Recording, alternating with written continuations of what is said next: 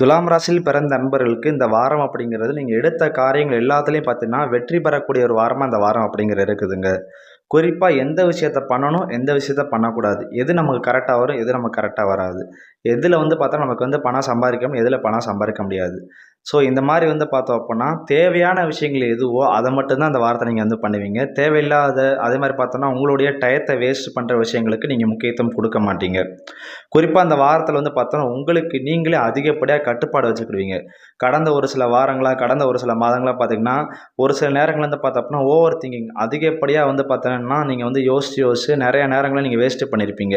So அந்த மாதிரி இல்லாமல் இந்த வாரத்தை பொறுத்தளவு பார்த்தோம்னா உங்களுக்கு நீங்கள் ஒரு கட்டுப்பாடை வச்சு அதாவது ஒரு ஆர்மி ஆஃபீஸர் ஒரு போலீஸ் ஆஃபீஸர் அதாவது ஒரு ஆர்மி ஆஃபீஸர் எந்த மாதிரி இருப்பாங்களோ அந்த மாதிரி பார்த்தீங்கன்னா அந்த வாரத்தை பொறுத்தளவுக்கு நீங்கள் கண்டிப்பாக இருப்பீங்க.